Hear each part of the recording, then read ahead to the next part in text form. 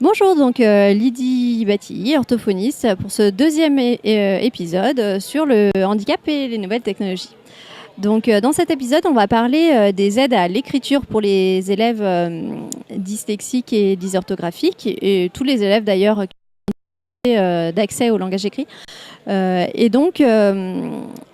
voulais parler spécifiquement des outils nomades avec tous ces dictées vocales et synthèse vocale. Et prédicteur. Donc, la différence déjà entre dictée vocale et synthèse vocale. Donc, la dictée vocale, c'est quand on parle et que le texte s'écrit à l'écran. Et la synthèse vocale, c'est l'inverse, c'est-à-dire qu'on a un texte qui est écrit à l'écran et qui est lu par une voix de synthèse. Donc ça, c'est deux outils qui peuvent être tout à fait bénéfiques pour les élèves en situation de handicap par rapport au langage écrit.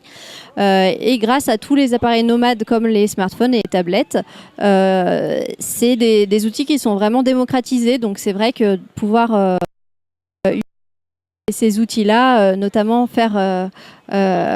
pouvoir dicter par exemple ses SMS ou pouvoir dicter un email, pouvoir dicter son travail directement sur son smartphone ou sur sa tablette ou sur l'ordinateur avec des logiciels bien sûr qui permettent de le faire aussi. Ça va vraiment permettre à l'élève de se concentrer sur le contenu de ce qu'il a à dire et pas sur la forme. Alors après bien sûr il y a tout un travail de relecture, de correction qui permet d'affiner le travail, mais ça permet à l'élève de garder le fil de sa pensée et de dérouler le fil de sa pensée.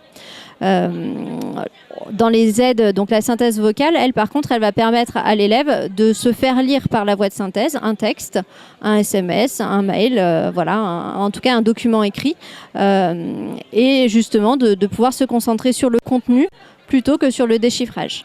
Et puis, le dernier outil dont on pourrait parler là, pour ces aides-là, c'est le prédicteur. Donc, le prédicteur orthographique, ce qu'il fait, c'est que quand l'élève commence à taper du texte, il va lui faire des propositions de mots qui pourraient convenir. Et donc, ça va être à l'élève de choisir le bon mot en fonction de ce qu'il voulait écrire, mais ça évite de confronter à une orthographe lexicale correcte. Et donc, en plus, l'élève, au moment où il écrit, dans son texte, ça va l'aider aussi parce qu'il va être confronté systématiquement à la bonne orthographe du mot et donc par la même occasion il va pouvoir donc apprendre et s'imprégner de l'orthographe correcte.